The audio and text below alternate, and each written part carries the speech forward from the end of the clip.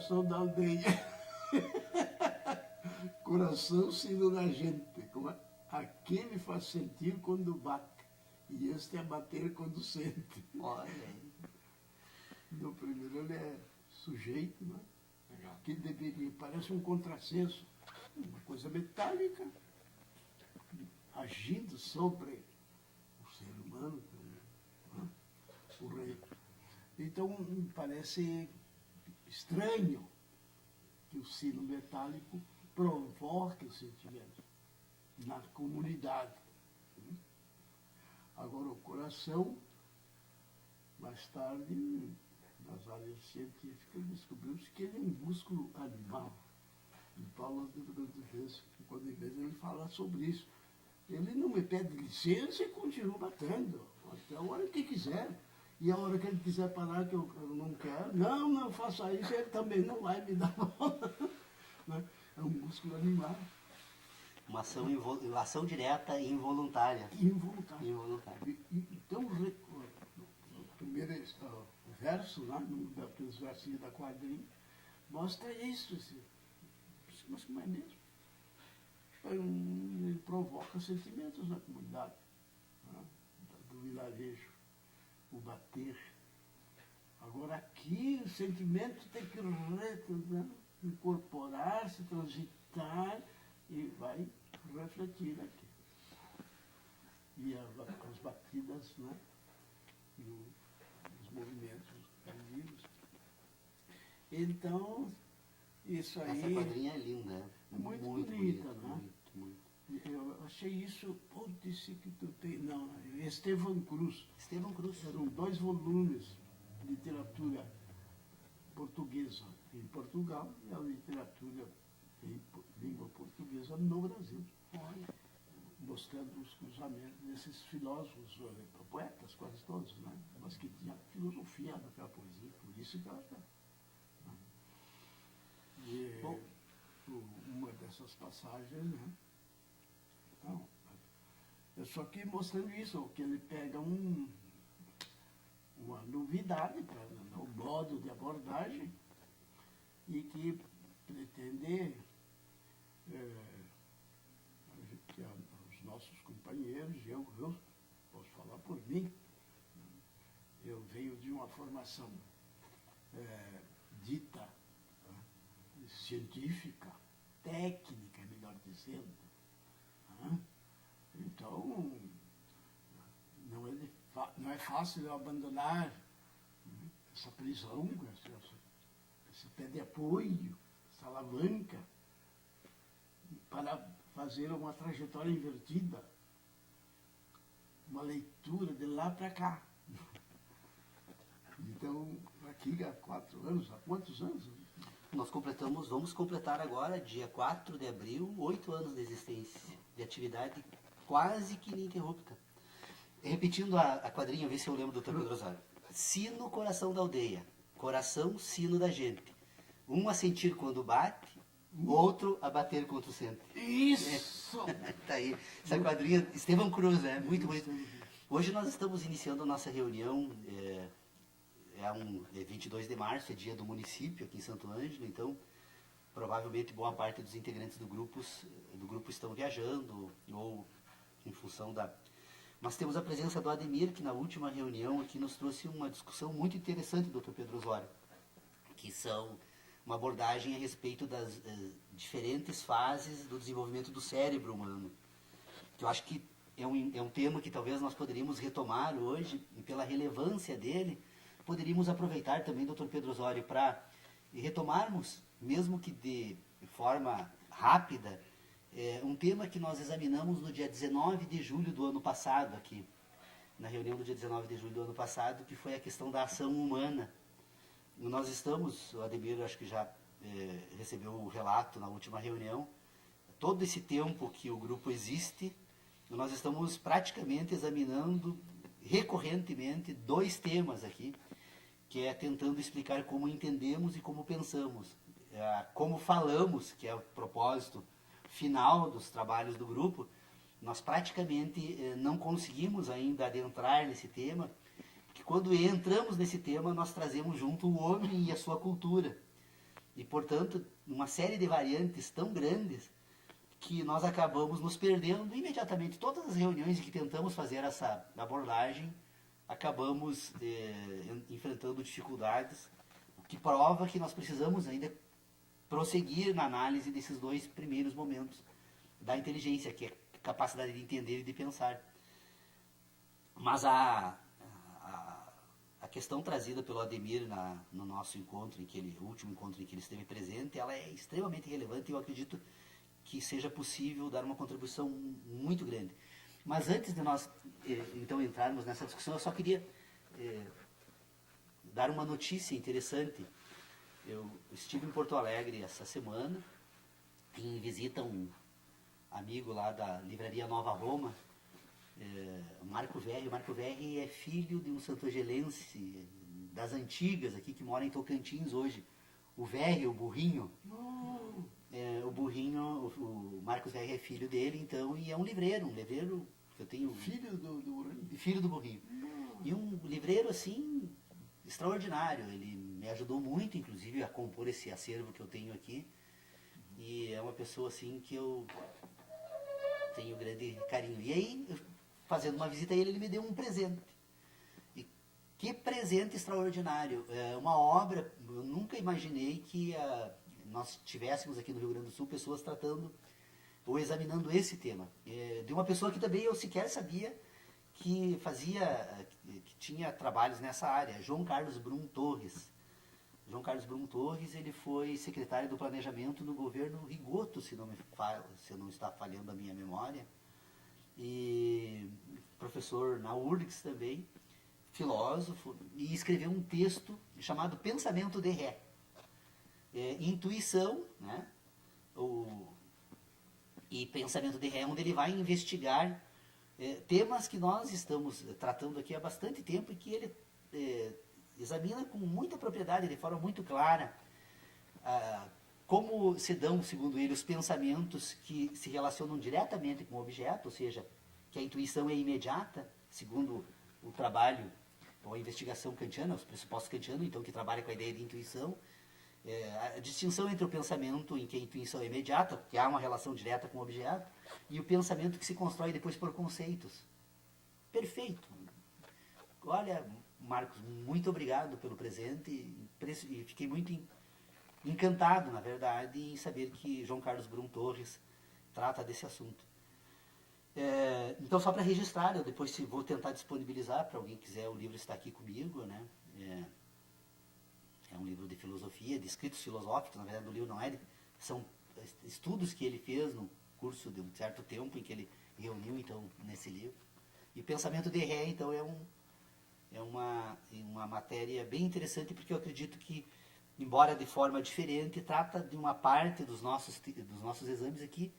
Não há contradição alguma com que nós acabamos, de certa forma, desenvolvendo por conta própria, com aquilo que ele buscou agora, então, também desenvolver com o auxílio da análise de alguns filósofos, particularmente de Kant. Mas então, Ademir, eu gostaria, assim, se fosse possível, nos desse essa contribuição, porque, na verdade, como nós estamos tentando examinar como é possível entender e depois como é possível pensar uma transição desse primeiro momento para o segundo, a partir de estruturas distintas do cérebro humano, né? E que me parece que você conhece muito bem, né? Bom, primeiro assim, hoje também é o Dia Mundial da Água, né? Oh, que maravilha. Então, me parece também um tema pertinente hoje ser registrado. Hoje tem, inclusive, a Unesco, por exemplo, está discutindo hoje a relação entre água e energia. São duas necessidades humanas em questionamentos hoje. Né? Não pode faltar água e não pode faltar energia. E uma coisa está ligada à outra. A água gera energia e utilizamos a energia para otimizar os recursos hídricos do planeta. Né? Então, só registrar esse parêntese hoje. Bom, essa questão dessa reflexão sobre um processo evolutivo do cérebro e da mente, a mente enquanto dinâmica, utilizando todas as estruturas do cérebro, Mas o cérebro, enquanto processo biológico evolutivo, há estudos, então, foi que eu me referi na reunião naquela ocasião, de que há descobertas de que nós tivemos um cérebro reptiliano, temos uma herança de um cérebro reptiliano na teoria da evolução, em consonância com a teoria evolutiva, né, saímos da água, fazendo já uma conexão, né, a vida nasce da água, e quando nós migramos para a Terra, em contato com a atmosfera no terrestre, nós trouxemos então um desenvolvimento dessa trajetória registrada na nossa história biológica como cérebro reptiliano. Então, o cérebro reptiliano era aquele responsável pelas relações com o meio ambiente, né, com a vida na água e depois no terrestre. Aí isso é um fenômeno que se dá nos últimos 4 bilhões e meio de anos de vida na Terra, lembrando que a história do nosso planeta tem em torno de 14 bilhões de anos, né, a história do planeta, mas a vida começa a aparecer por volta dos últimos 4 bilhões e meio de anos. Bom, aí se passam, né, alguns bilhões de anos, até chegar quando o réptil evolui, digamos assim, né, e aí fazendo um atalho, vamos passar já para o humano. O humano, ele desenvolve nas relações que o Dr. Pedro Osório estava se referindo antes, antropologicamente e ancestralmente pensando, na relação com o grupo.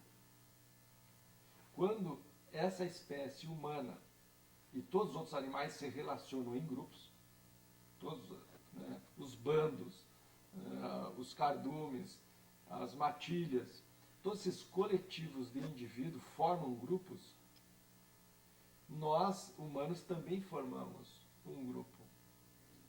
Agora, não se tem bem detalhado isso, sistematizado, quando aparecem as emoções. Mas os humanos passam a se diferenciar dos outros grupos, essa espécie humana, pelas emoções. Então, aí, nesse estudo, nessa vertente, surge o cérebro, um sistema de relação com o meio ambiente e com os outros, que é o emocional. E aí é dado o nome de cérebro emocional ou de sistema límbico, que é responsável pelas emoções e que até hoje ele responde muito rapidamente. Enquanto o cérebro reptiliano nos chama, que é hora de nos alimentarmos, de dormirmos, de nos abrigarmos, essas necessidades básicas lá da origem, e que conservamos até hoje, não perdemos essas necessidades, o cérebro emocional nos lembra que nós vivemos em grupo. E eu gosto de levantar uma hipótese de que a amizade talvez seja a mais antiga fraternidade humana, a mais antiga fraternidade do mundo, a amizade. Depois, como o professor Pedro Osório nos lecionou antes, surge a universidade, surgem as instituições religiosas, as instituições políticas, etc. Agora, essas instituições que surgem a posteriori, elas já seriam produto de um cérebro do neocórtex, que seria um cérebro mais cognitivo.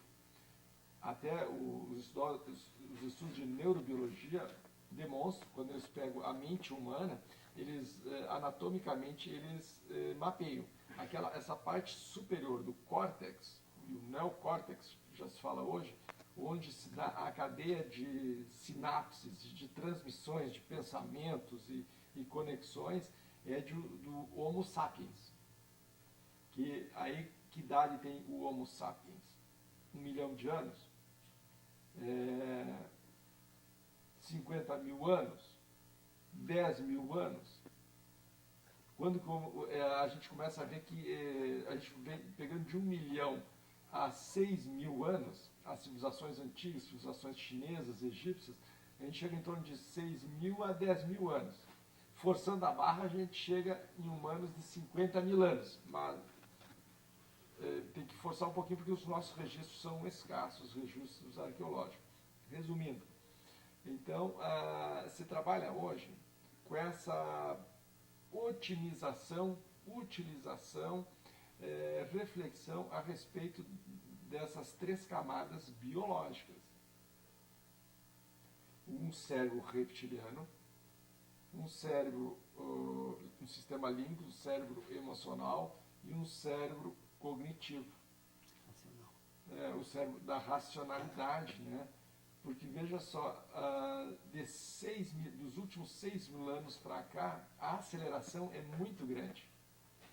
Muito grande. Tanto que nos últimos 50 anos, a produção de artefatos pelo neocórtex é superior aos últimos 50.000 anos. É impressionante. Né? Então, hoje, nós assim, temos que ter o cuidado para não darmos crédito somente ao neocórtex. Porque são as emoções que nos humanizam. E é o cérebro reptiliano que nos coloca o pé no chão, que nós continuamos sendo animais, né? E que somos irmãos de todos os outros seres vivos, né? Que se não evoluíram para eles também têm um cérebro emocional, um certo desenvolvimento, porque eles reconhecem e defendem as suas crias, buscam os seus pares, distinguem os processos de acasalamento entre os grupos diferentes, eles já têm ali também. Agora, a parte da racionalidade é que a gente advoga ou se outorga mais evoluído do que eles, pelos artefatos que nós construímos. Então, isso seria uma breve, não sei se fui claro. Perfeito. Excelente.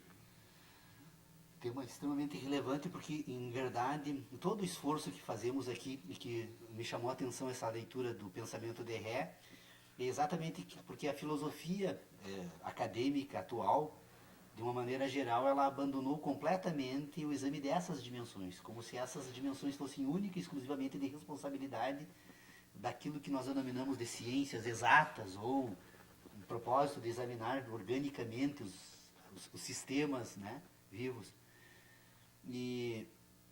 Porque a questão toda está exatamente nisso. Olha, se nós pretendemos examinar um momento da inteligência humana, que é a fala, é necessário reconhecer que ela não é algo que se dá por si mesma. Ela é resultado de um processo total, que decorre de relações que iniciam lá nas estruturas orgânicas.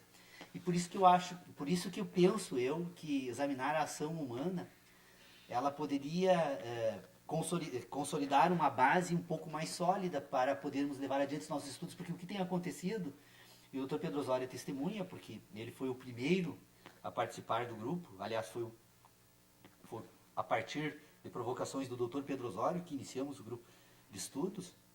Ele é testemunha de que nós estamos há 8 anos retomando o mesmo tema.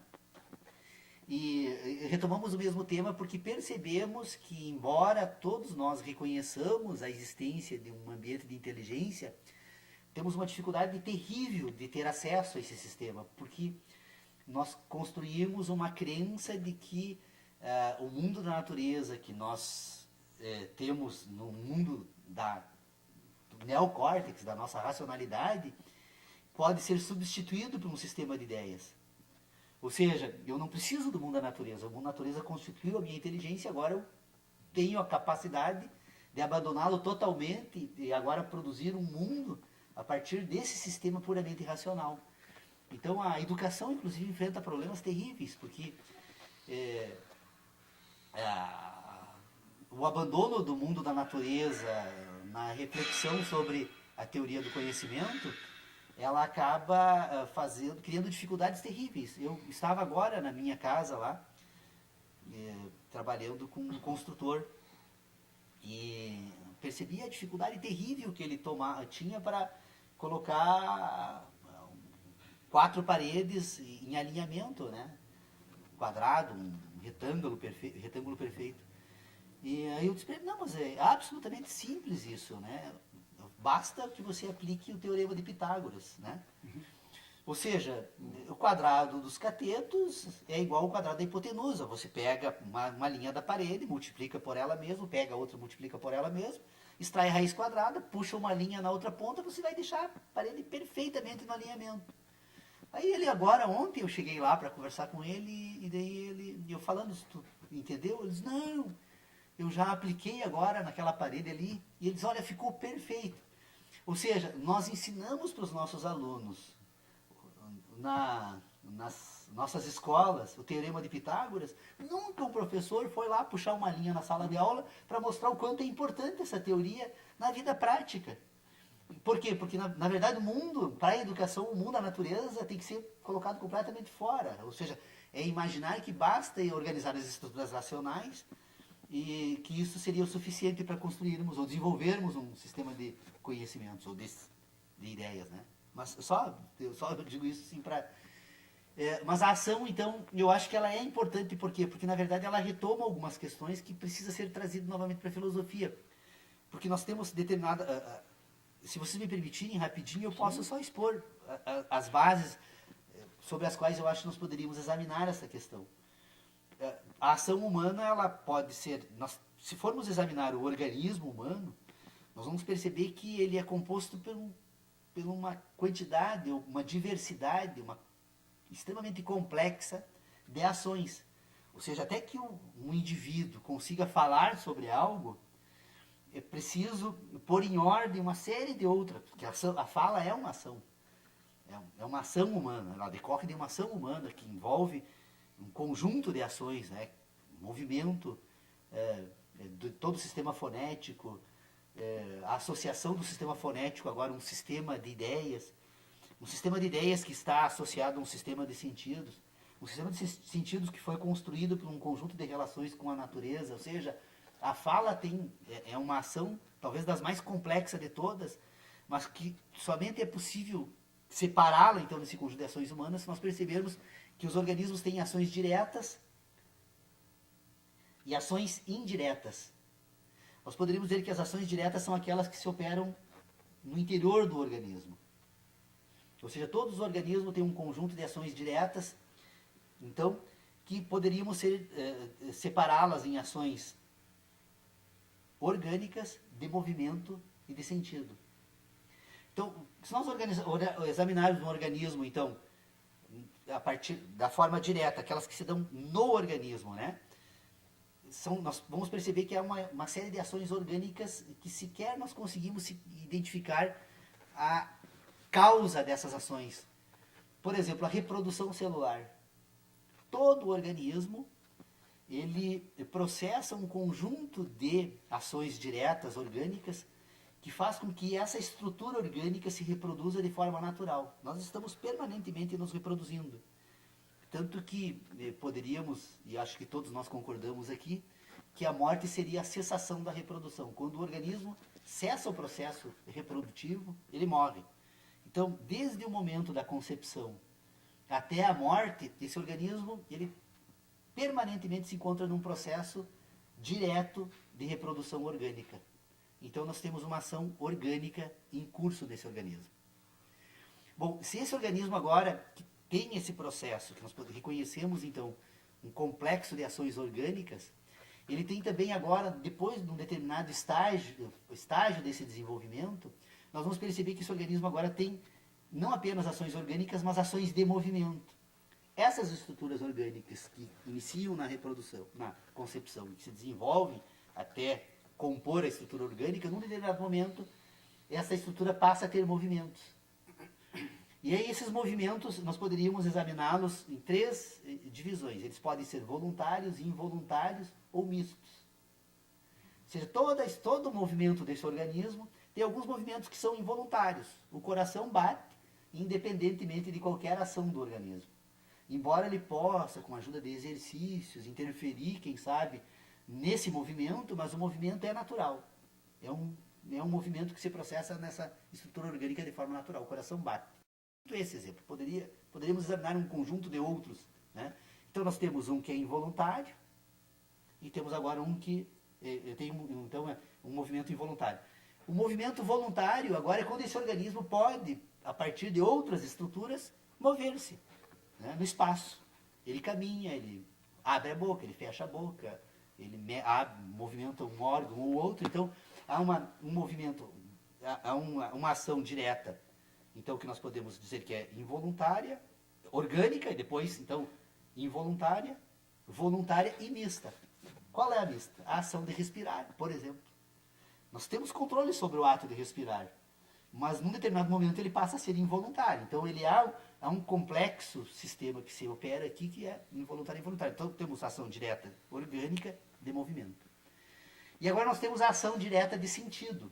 Esse organismo, então, que tem ações orgânicas, que tem ações de movimento, ele agora também tem ações de sentido. Esse organismo agora ele se relaciona no mundo da natureza enquanto estrutura orgânica, e passa agora, então, a reunir informações destas relações que ele estabelece no ambiente da natureza, a partir dos seus sentidos, né? Então, ele tem tato, olfato, gosto, visão e audição. Estas relações são ações de sentido.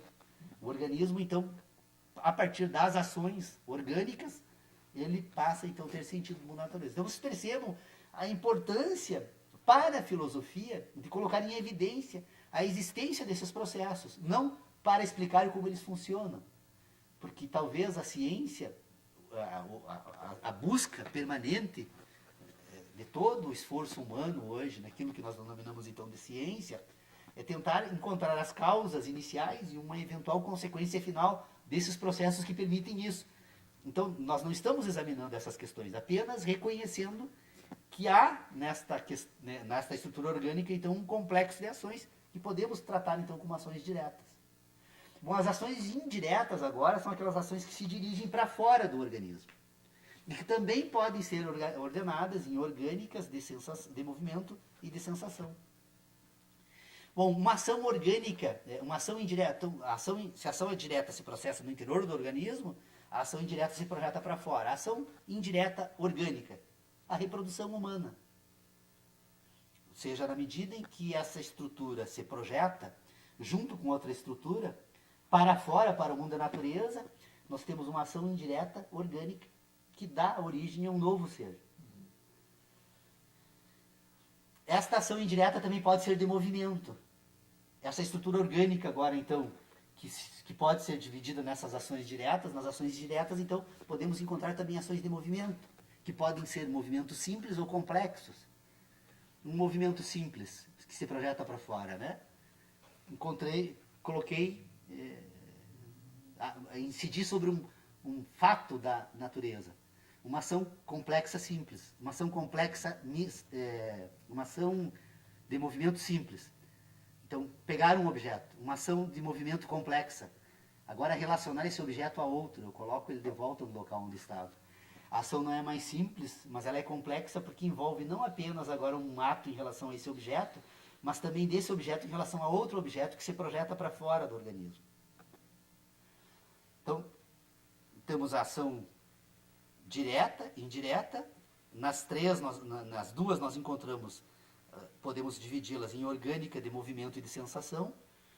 Nas indiretas, então, nós percebemos que é possível, então, a ação orgânica, é possível a ação de movimento, e é possível a ação de sentido. Essa, nós teríamos que ficar, talvez, toda essa reunião, e talvez muitas outras, porque é a que envolve a fala, a comunicação humana. A ação indireta de sentido é aquela que tem o propósito agora de incidir sobre outra estrutura orgânica a partir de uma ação indireta. Ela se projeta num outro indivíduo. De sensação, por quê? Porque qual é o propósito agora desta ação?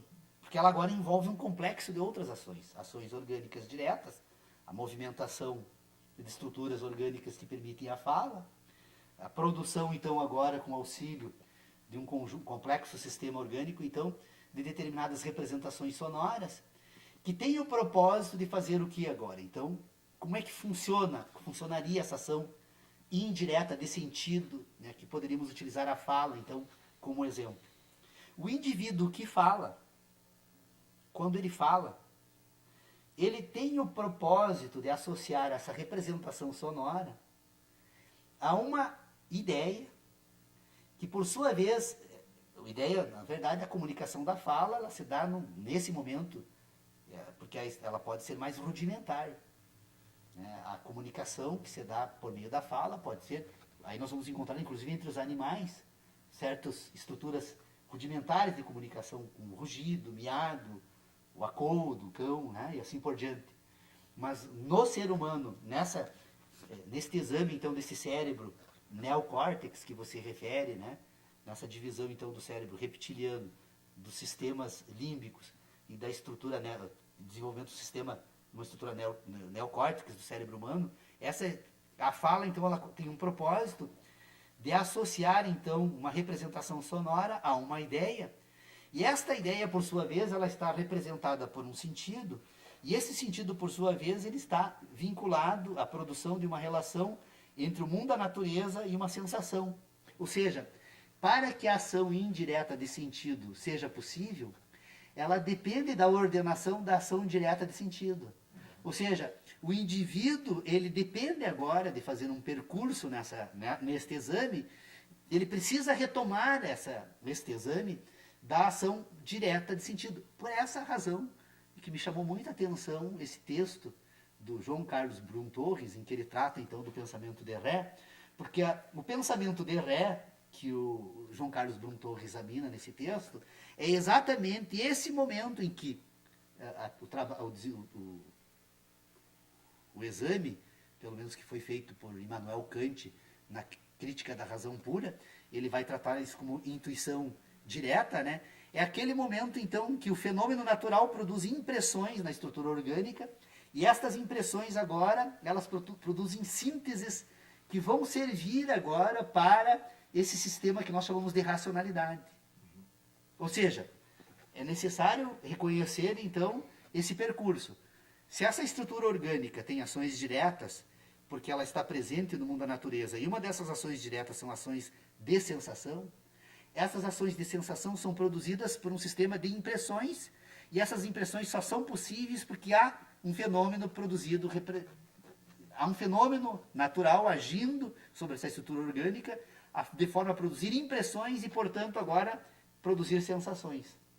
E estas sensações é que produzem sínteses. Então, na comunicação, na ação indireta de sentido que se dá por meio da fala, a fala agora, ela vai buscar então a sua relação com a ideia que foi resultado da sensação e que é resultado de uma impressão. Então, quando o indivíduo fala, ele não fala dos objetos. Esse é o grande problema da filosofia. A filosofia se perdeu completamente, a filosofia acadêmica de hoje se perdeu completamente, porque a filosofia acadêmica de hoje, ela trata com certos pressupostos, por não ter feito este exame, por ter abandonado completamente este exame, a filosofia trata com a possibilidade de que os conceitos substituiriam os objetos. Ou seja, quando eu construo um sistema de inteligência que eu denomino de racional, esta racionalidade que se dá agora de forma por meios de sistemas conceituais, estes conceitos estariam agora, ocupariam o papel do objeto. Certo. Só que não é isso. O conceito ocupa o papel da sensação. Sim. Por quê? Porque a ideia se relaciona com a sensação e não com o objeto. O objeto, historicamente, se encontra na natureza e nessa estrutura orgânica se encontra, inclusive, no passado. Então, se o objeto se encontra na natureza no passado e é resultado de uma ação direta de sentido, portanto, o que o conceito trata é do sentido e não do objeto. Ora, então, quando o indivíduo fala, ele fala do sentido, que por sua vez é resultado da sensação, e não dos objetos. Então o indivíduo fala não para a sensação do outro indivíduo. Ele fala para a própria sensação, imaginando, agora nós construímos na comunicação, um ponto assim que liga então esses dois indivíduos, é a imaginação que eu tenho que este indivíduo, agora ao receber essa representação fonética, vai encontrar agora no seu sistema racional uma relação entre uma ideia e uma sensação, e esta sensação tenha pelo menos semelhança no mundo da natureza com a mesma que produziu a sensação daquele que emitiu a fala. Então, o indivíduo fala com o propósito, e quando ele fala para si e não para o outro. Ele imagina ao falar para si de que o outro, ao acessar as mesmas estruturas agora racionais, vai conseguir agora reproduzir o mesmo percurso neste sistema orgânico que permitiu esse indivíduo ter a ideia a respeito desta questão. Então, nós estamos, na verdade, enredados num problema praticamente quase que insolúvel no mundo que nós desenvolvemos da pretensa racionalidade. Que, aliás, eu gosto muito de uma afirmação feita por Hans Kelsen, quando ele trabalha com a teoria jurídica. Ele diz assim: o sistema de conteúdo espiritual objetivo. Nós imaginamos, partimos do pressuposto no mundo civilizado, de que nós conseguimos dar objetividade ao espírito. Esta objetividade, ela seria um processo puramente racional. E você fez um alerta importante quando tratou da questão da água, né? Essa tentativa que o homem, né, que é o cérebro reptiliano que nos chama a atenção permanentemente, dizendo que somos, antes de mais nada, animais, e que, portanto, somos conduzidos, né, por sensações e depois por emoções, né, quando desenvolvemos esse sistema límbico. O cérebro humano hoje, e você fez um registro também, que eu acho que é da maior importância para essa reflexão sobre a humanidade, de que nos últimos 50 anos desenvolvemos mais do que os últimos 50 mil anos. Por quê? Porque, em verdade, este sistema de conteúdo espiritual objetivo, ele tem o propósito de apartar completamente o homem do mundo da natureza. Interditar o animal humano por completo.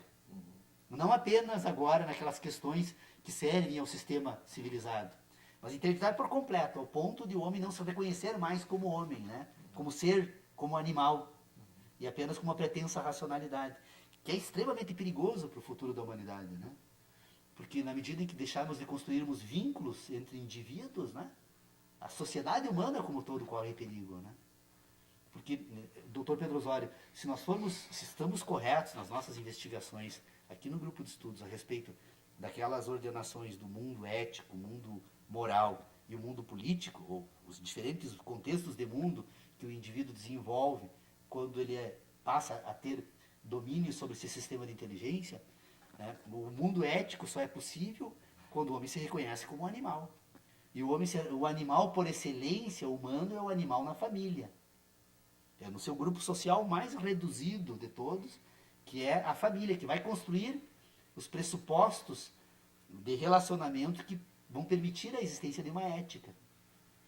A ética é quando o indivíduo consegue, então, se projetar nos demais indivíduos. Porque o indivíduo puramente moral é o indivíduo apartado do homem. É apartado do animal. Há uma pura moralidade, é um sistema puramente de ideias. Então, sei lá, eu realmente, desculpe, eu me entusiasmo com essas discussões, mas penso eu que pôr em ordem a ação humana, tentando então identificar como se processam as ações diretas e como se dão as ações indiretas, porque da transição de uma a outra é que surge o homem civilizado que fala, racional, ela é fundamental para inserirmos novamente a filosofia num ambiente de inteligência que envolva não apenas ideias, mas o mundo como um todo. Que o filósofo, toda vez que você cobra, qualquer filósofo, uma explicação, não, mas espera aí, essas suas ideias aí, no mundo em que vivemos do homem, qual a relação que tem? Não, o homem entra aqui, ele esculhamba com tudo, ele só funciona quando a filosofia não admite examinar as particularidades das relações da vida, porque ela se colocou num ambiente de um sistema de conteúdo puramente espiritual objetivo. Ou seja, apartar a ciência, né, ela estaria completamente divorciada do conhecimento. Conhecimento, quero fazer um registro aqui. Concordo, número, grau e gênero com a afirmação de Kant que todo conhecimento tem origem na experiência, que, portanto, é possível substituir a palavra experiência por sensação. Todo conhecimento tem origem nas sensações. Agora, as ideias que vão compor aquilo que nós podemos denominar de ciência, ou a capacidade, então, agora de racionalizar o mundo, é um sistema puramente relacional. Ela não tem mais sensação, ela agora é composta de relações que vai buscar as sensações por empréstimo, mas então, ideia e conhecimento são temas, embora no contexto do homem elas estejam integradas, no contexto da filosofia elas precisam ser separadas. Se eu não conseguir separar ideia e conhecimento, ou ideia e ciência, eu não consigo ainda levar adiante qualquer estudo que consiga colocar essa estrutura orgânica, que tem ações diretas, né, para serem ordenadas, de uma estrutura orgânica que tem ações indiretas. Porque esse sistema, então, de conhecimento, ele tem origem nas sensações, e ele compõe aquilo que esse homem vai ter nesta sua estrutura de inteligência como as suas verdades. Então, conhecimento, sensação e verdade são 3 exames do mesmo tema, distintos exames do mesmo tema. Ciência, ideia, metafísica, 3 formas de exame, 3 formas de exame de um outro tema. Então, conhecimento e ciência precisam necessariamente serem distinguidos. Porque se esse conhecimento, que tem origem nas sensações e que vai compor as verdades do indivíduo, esta ciência ela vai ter certezas, vai ter crenças, e vai desenvolver agora o sistema de ideias, mas ele é todo ele metafísico, é relacional. Embora também seja um processo orgânico, mas ele agora não trabalha com sensações, mas com síntese de sensações. Lá no conhecimento estaria o a priori e o a posteriori lá? Não, a priori só no sistema de ideias. No sistema da ciência. Não, porque na verdade, se nós pegarmos o sistema de juízos que Kant trabalha, é importante, encontrei também, essa semana foi muito feliz, assim, em coincidências. Eu encontrei um advogado, professor na UBRA, Leonardo Cusato, e fiquei encantado. Ele está fazendo doutorado em matemática pura, né? Então, vocês imaginem... Advogado. O advogado matemático. E aí estávamos tratando dessa questão dos juízos kantianos, os juízos sintéticos a priori e a posteriori. E eu imagino que se Kant estivesse sentado aqui conosco hoje, ele não apresentaria objeção nenhuma se nós dessemos uma outra designação para esses juízos. Podemos fazer juízos sintéticos puros e juízos sintéticos impuros. Por que é possível falar em juízos sintéticos puros? Os juízos sintéticos puros são aqueles constituídos por identidade. Juízos que se relacionam com outros juízos. São relações matemáticas. A matemática permitiria, então, a identificação de um sistema de juízos sintéticos puros, que são juízes que se relacionam com outros juízos, portanto, eles têm identidade entre si. Já nos juízos sintéticos impuros, ele agora não tem mais relação entre os próprios juízos, mas ele busca se relacionar com sensações. Então, ele é impuro porque ele está relacionado a uma sensação. Então, são juízos de relações. Esses juízos sintéticos puros seriam os juízos das certezas, e os juízos sintéticos impuros seriam os juízos das crenças. Então, por quê? Porque ele está relacionado a uma sensação. Portanto, sempre condicionado à verificação, porque como a sensação, historicamente, sempre fica no passado, e quando ela for relacionada a uma sensação no futuro, sempre vai ficar a dúvida se ela corresponde àquela sensação do passado, ou se é uma nova sensação do futuro. Por isso, ela compõe um juízo de crenças. Então, nós temos o ambiente da verdade, do conhecimento, das sensações, o ambiente, então, agora, da análise. Toda vez que eu for buscar qualquer informação que dependa de uma sensação, que vai compor, então, um conhecimento, e que vai ter origem, então, nesse sistema de conhecimentos, esta análise agora, ela vai servir de representação, ela vai buscar agora uma representação na síntese. Eu tenho a análise e a síntese. A análise voltada para a sensação e a síntese vinculada a uma relação. Então, esse cérebro neocórtex que nós desenvolvemos, na verdade, é um sistema relacional que se opera a partir de sinapses. Estas sinapses, o que elas fazem? Ora, me é lícito imaginar que o cérebro humano possa ser examinado, colocado da seguinte forma. Eu tenho um complexo orgânico chamado cérebro, em que ele associa diferentes regiões desse cérebro às sensações que foram produzidas pelas impressões e, portanto, relacionado a um fenômeno. Então, as relações entre diferentes regiões cerebrais, entre si, é que vão compor aquilo que nós denominamos de memória, que vai ser acessada quando este cérebro for buscar agora as sensações que estão associadas a uma impressão e a um fenômeno natural. Então, na medida em que estas impressões produzem sínteses neste cérebro, estas sínteses cerebrais, num determinado momento do desenvolvimento, ela pode abandonar completamente as impressões e agora, então, elas passam a ser, a agirem, né, a partir de sínteses puras, sínteses que foram produzidas pelas sensações. Então, vocês percebam que o cérebro humano, na verdade, não é nada mais, nada menos do que uma estrutura orgânica que é programada pelas sensações. O cérebro recebe programação por sensações. E qual é o instrumento dessa programação? É o sistema nervoso que todo indivíduo possui.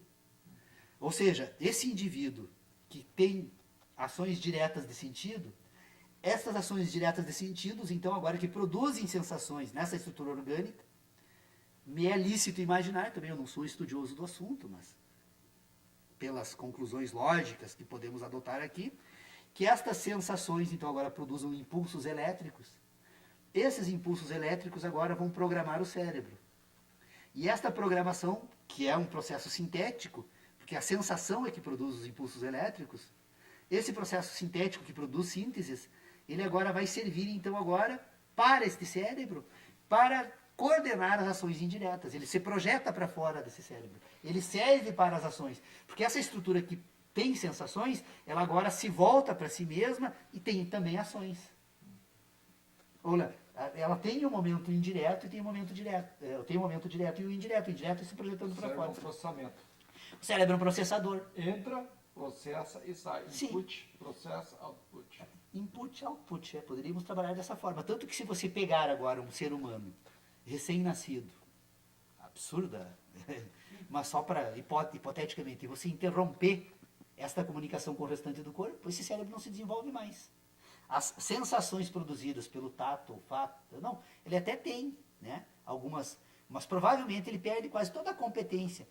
E se esse cérebro se isolasse completamente agora do mundo natural, ele simplesmente não desenvolveria a racionalidade. Ele tem um potencial de racionalidade que não se desenvolve porque precisa da programação.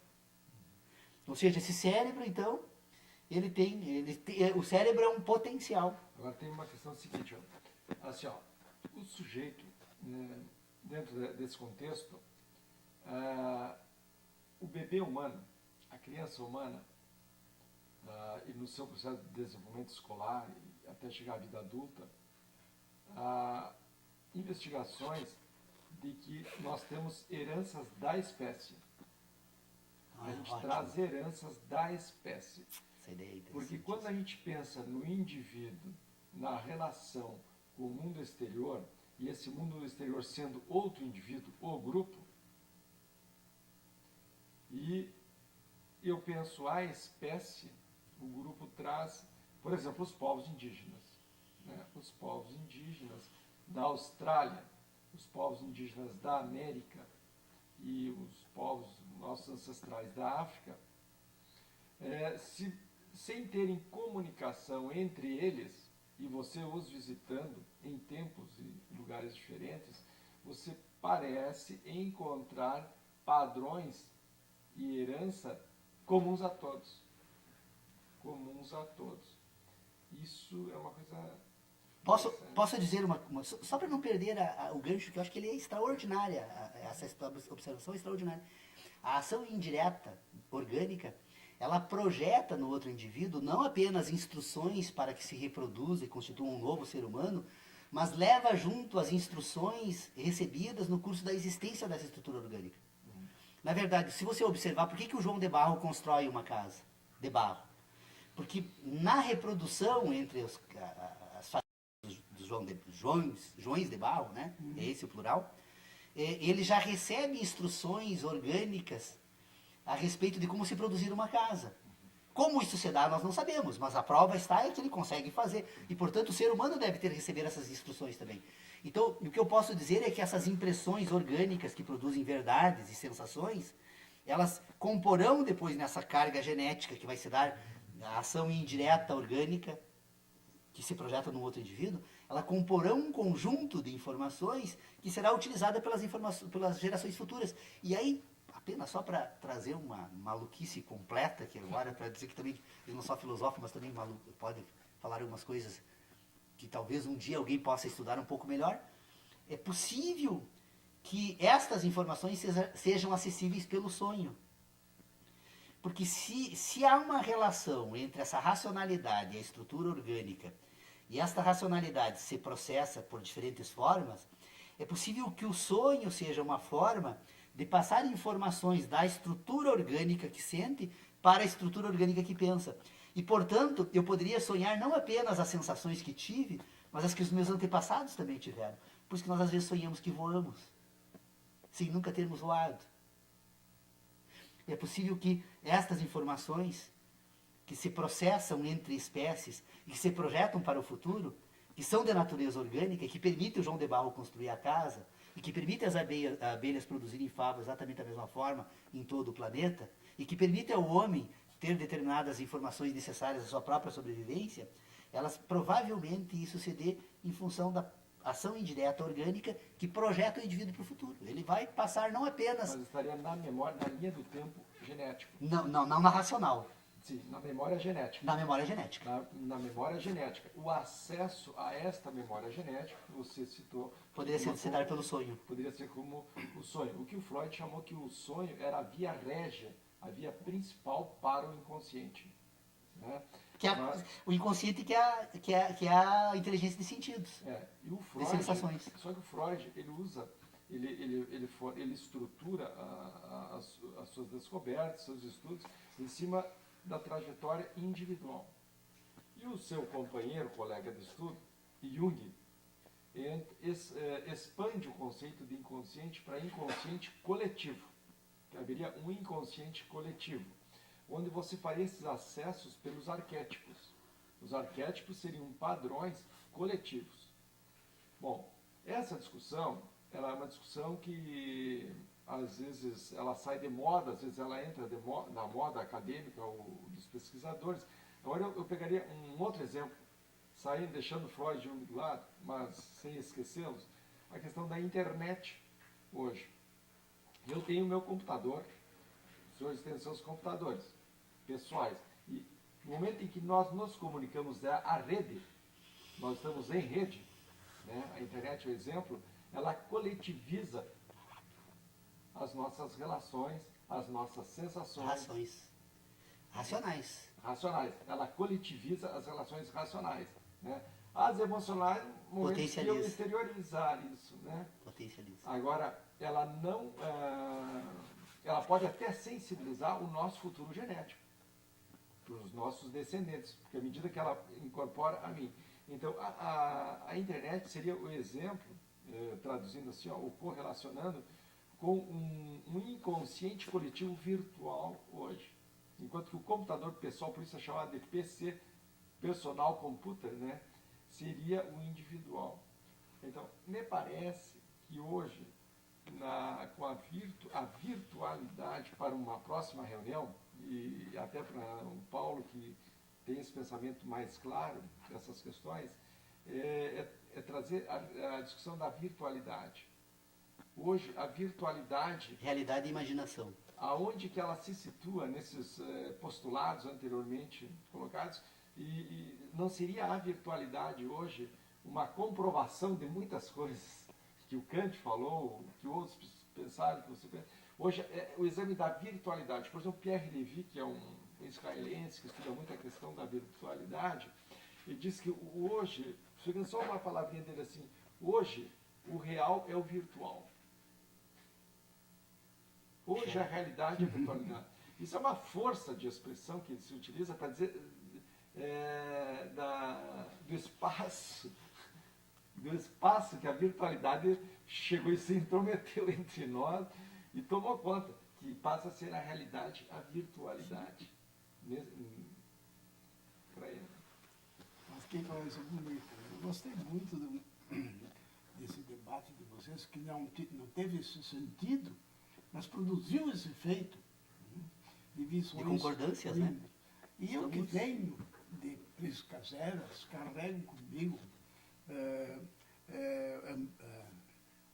hábitos que se incorporam e que geneticamente talvez, né, já recebo e ainda acrescento algo de reforço e de mais complexidade para mim próprio. Então, eu vejo isto, que estamos, por vezes, nos afastando de um problema imediato que nos desafia, creio eu, porque ando à procura também disso, às vezes está tão perto que vou procurar lá longe e está muito próximo. Nós só fazemos um salto muito problemático, eu diria até muito audacioso. Nós, o que somos nós? Bom, há uma fecundação, né? Sim, mas foi outro ser humano com essa complexidade toda que está ali do Antônio e do Francisco e da Maria e da Joana, né? O que está imediatamente? Perdemos milhões de células todos os dias e nascem milhões de células. É importante, mas vamos deixar para lá isso um pouquinho. Ontem, o que nós éramos? Individualmente, cada um de nós. Esse ontem, que eu digo, é um lugar terrivelmente complexo, a fecundação.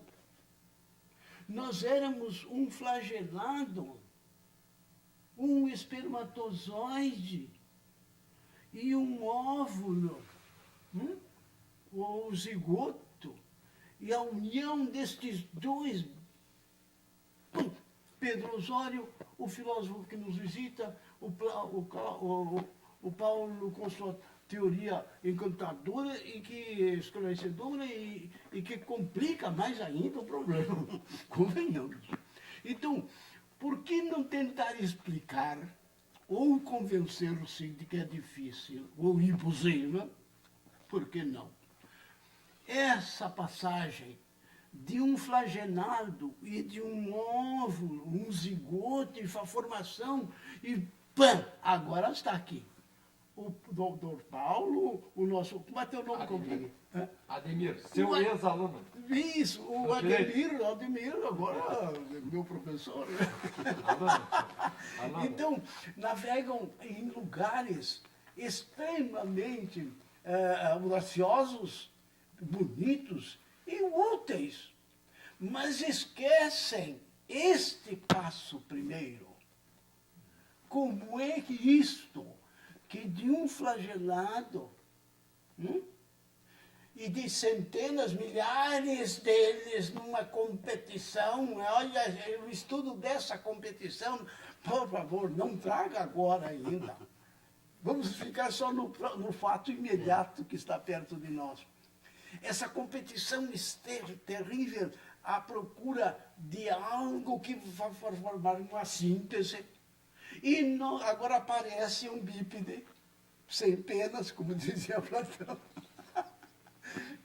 O homem, capaz de levar consigo um outro homem, não, outros flagelados que vão produzir.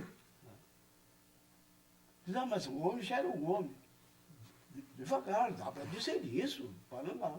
Mas isso não é um passo imediato. Isso é feito através de um elo, de uma corrente. E nós estamos queimando esse momento.